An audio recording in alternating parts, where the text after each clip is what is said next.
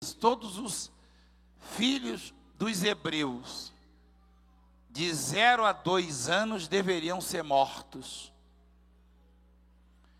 Faraó deu uma ordem, era assim que funcionava. Preparou um exército e falou: ó, vasculha as famílias, as casas dos hebreus, porque estão dizendo por aí, alguém está dizendo por aí que vai nascer por esse período um libertador, que vai tirar os hebreus daqui, os escravos. Então mata todos os recém-nascidos até 2 anos de idade. Você ouviu? Por que a mãe escondeu o filho? Aí diz assim: não podendo esconder mais, olha lá, não podendo, porém, escondê-lo por mais tempo, tomou um cesto de junco, calafetou com betume e piche, e pondo nele o menino, largou no carriçal à beira do rio. Você sabe o que é junco, né? Junco é uma planta que dá na beira do rio, na África principalmente. Eu pesquei muito na África, na beira do junco. Eu entrava com água até os joelhos, inclusive aonde esse rio que Moisés foi colocado, aonde ele dá origem, ele nasce, eu já pesquei lá. Eu entrava com água, eu queria que você prestasse muita atenção. Eu entrava com água até os joelhos e me afastava quando via vindo na minha direção o quê? Crocodilo. A mãe de Moisés, ela não tinha opção. Ou deixava o faraó com seus soldados cortar a cabeça do filhinho recém-nascido de 3 meses, 3 meses, ou colocava num rio infestado de crocodilo, que aí ela não ia ver a morte dele. O que você pensa ou pensaria se você visse uma mãe botando um bebê num cesto dentro do rio Tietê, ou em qualquer outro rio? Você chamaria quem? A polícia. A mãe de Moisés colocou ele num cesto feito de junco. Junco é uma espécie de capim que dá na beira do rio, dá uma cana, uma varinha. E ela fez um cesto, calafetou com betume para não entrar água, e botou o menino, o filhinho. O que uma mãe sente quando tem certeza que seu filho vai morrer? O bebezinho. Certamente Faraó ia bater na casa dela com os carrascos. E ela colocou o filhinho dentro do rio e deixou a água levar. Ela não sabia o que estava fazendo. Ela não. Mas tem uma coisa extraordinária que eu vou mostrar para você agora. Ontem eu li essa palavra assim, com um pouco de preocupação. E Deus falou algo comigo tão poderoso que eu vou passar para vocês. Você quer ver uma coisa? Lembra daquela palavra que diz que é de Deus tanto o querer quanto o realizar? O querer é o pedir. Quando eu e você pedimos é porque queremos. E o realizar é efetuar, é fazer o milagre.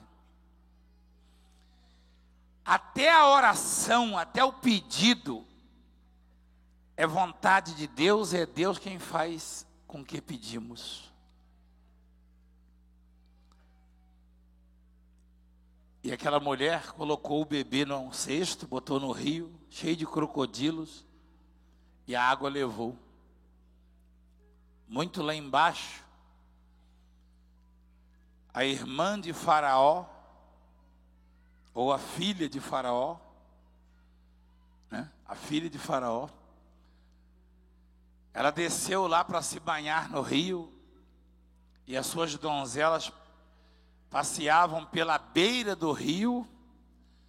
Vendo ela o cesto no carriçal, enviou a sua criada e o tomou. Quer dizer,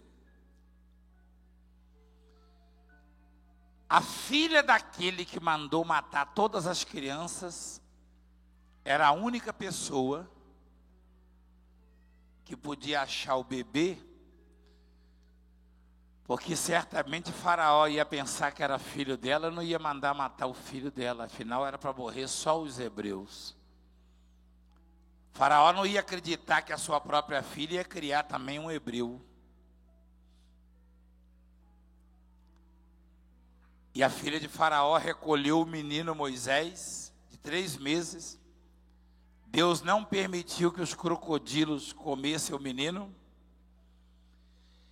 E como a filha de Faraó não tinha leite para amamentar o menino, mandou as suas criadas procurar uma mulher, uma escrava, que tivesse dado à luz naqueles dias, e não ia faltar, porque como os bebês foram todos mortos, todos assassinados, só sobrou Moisés, o que não ia faltar era a mãe para dar leite àquele menino. E aí encontrou uma mulher e disse àquela mulher: eu vou pagar um salário para você criar esse menino que eu achei no rio. Quem era essa mulher? A mãe dele. Eu fico arrepiado com isso. Isso é incrível. Meu Deus. A mamãe botou o bebê no rio num cesto. O bebê que era para ter sido comido pelos crocodilos foi recolhido pela filha de Faraó e voltou aos braços da sua mãe, que deu o peito ao bebê e o amamentou.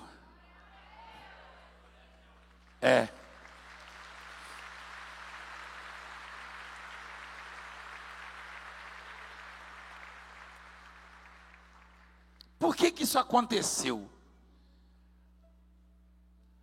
Aonde é que está a chave, o segredo disso aí?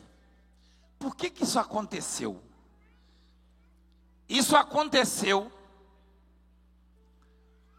porque o povo de Deus, que estava gemendo, sendo escravo de Faraó, precisava de um libertador,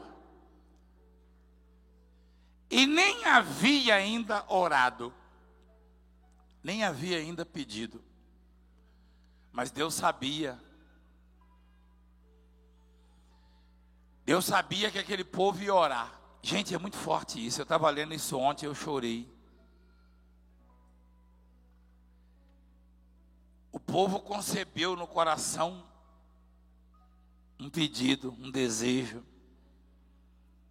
Um povo que havia até se esquecido já da palavra, porque o Faraó era muito bom até então.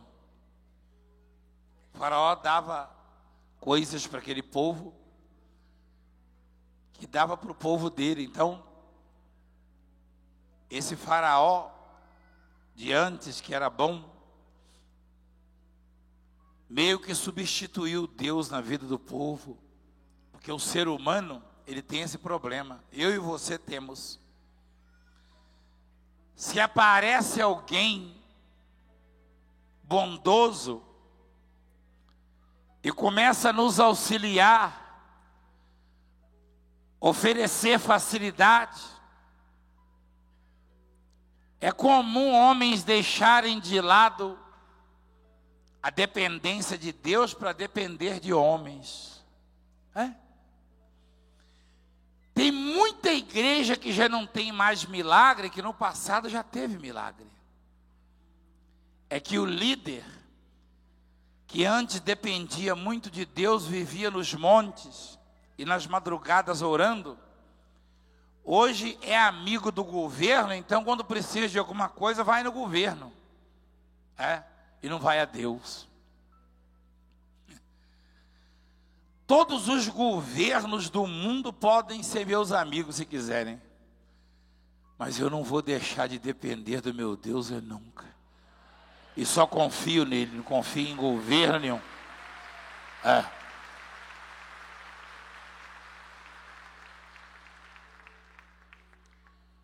O faraó tratava bem o povo. E o povo começou a se distanciar de Deus. Deus já sabia. O que Deus falou com o senhor nessa palavra, apóstolo? O que ele falou comigo? O mesmo que está falando com você. Que tem pedidos que eu e você ainda não fizemos, mas como ele já sabe o que vamos pedir, ele já preparou a solução. O nome Moisés, o menino Moisés, que sobreviveu à chacina de Faraó, ao massacre, ao genocídio, que sobreviveu àquele carrasco e aos crocodilos, nada mais era do que a preparação da resposta para um pedido que ainda seria feito. Veja lá no versículo 23. Decorridos muitos dias, morreu o rei do Egito. E os filhos de Israel gemiam sob a servidão, e por causa dela clamaram. E o seu clamor subiu. Isso aí foi antes ou depois de Moisés ter sido salvo? Foi depois. Moisés era a resposta para aquela oração. Ele é quem viria, é quem tiraria o povo de Israel do Egito, da escravidão. Deus já sabia, Deus conhece todos os nossos caminhos. As nossas preocupações negativas são desnecessárias. Uma vez o Davi falou lá no Salmo 139, a palavra nem chegou ainda à minha língua, o Senhor já a conhece toda, já sabe tudo que eu vou dizer. Ele ainda disse mais, ele disse, tal conhecimento é maravilhoso demais para mim, no versículo 6. Davi teve uma revelação de Deus. Deus fez Davi entender que tudo que Davi pedia, Deus já sabia antes. Ele falou, tal conhecimento é maravilhoso demais para mim. Gente, o Moisés, ele foi preparado por Deus, recebeu o livramento dos crocodilos e dos soldados de Moisés, do faraó, dos assassinos. Tudo porque Deus sabia que aquele povo dele não ia aguentar, ia chegar um momento que não ia aguentar, ia ter que botar o joelho no chão e orar, ia pedir um libertador. É como aquela mãe que conhece tanto o seu filho, a sua filha, que está fora de casa, mas que vai chegar uma determinada hora, ela já prepara uma coisinha e fala assim, ó, eu tenho certeza que quando fulano chegar, vai pedir isso aqui, já vou deixar pronto, ó. É desse jeito que Deus faz. É desse jeito. Eu tenho tanta certeza.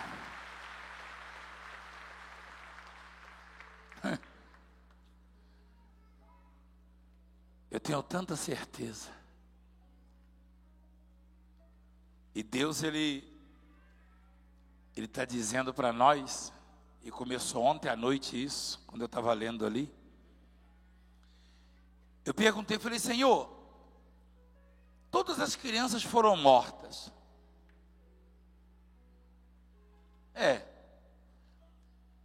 E o rio lá, é muito difícil você achar um rio lá que não tenha crocodilo, é muito difícil. Principalmente rio que é braço do Nilo. O Senhor não deixou os crocodilos tocar no bebê. Mas o povo não tinha pedido ainda. Deus falou, o que você vai pedir, eu já te dei. Eu já preparei.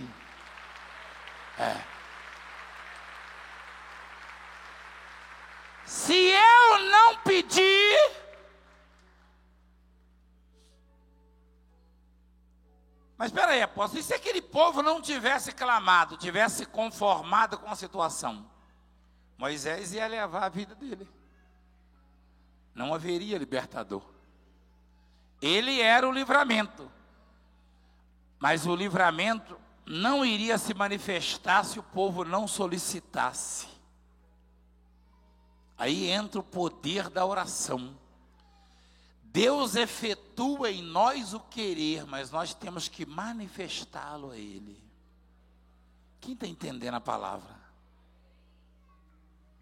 Eu pergunto para Deus assim de noite, Senhor, Moisés nasceu depois de vários anos,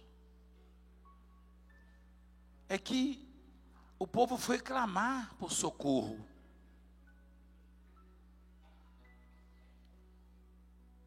Isso quer dizer que aquilo que eu vou pedir já foi providenciado. Não é o que eu pedi, não. O que eu pedi já está chegando. O que eu vou pedir, é óbvio que quando duvido, eu passo uma borracha em tudo que eu pedi. Quem entende isso? Quando você duvida, você passa uma borracha. Mas quando você conta com aquilo que pediu, Deus muda o mundo inteiro para fazer aquilo chegar até você, se necessário for. Nem que Ele tenha que mandar um anjo ou um arcanjo. Lembra do Daniel? Daniel pediu e não desistiu. Ele pranteou 3 semanas inteiras. Demorou, até que o anjo apareceu a Daniel. Daniel começou a tremer, caiu, queria desmaiar. O anjo falou, levanta, Daniel, e não temas, você é muito amado. Desde o primeiro dia foram ouvidas suas orações. É que Satanás queria impedir. Olha lá. Deus mandou o Miguel. O Satanás falou, não, o anjo não vai passar com a bênção para Daniel. Aí o anjo digitou lá a senha. Aí Deus falou, Miguelzinho, desce lá e dá bem na uria. No pé do ouvido. Como diz o nordestino, no pé da orelha. Aí o Miguel desceu e deu bem na orelha. E o Satanás saiu da frente. E o anjo finalmente chegou com a resposta para Daniel.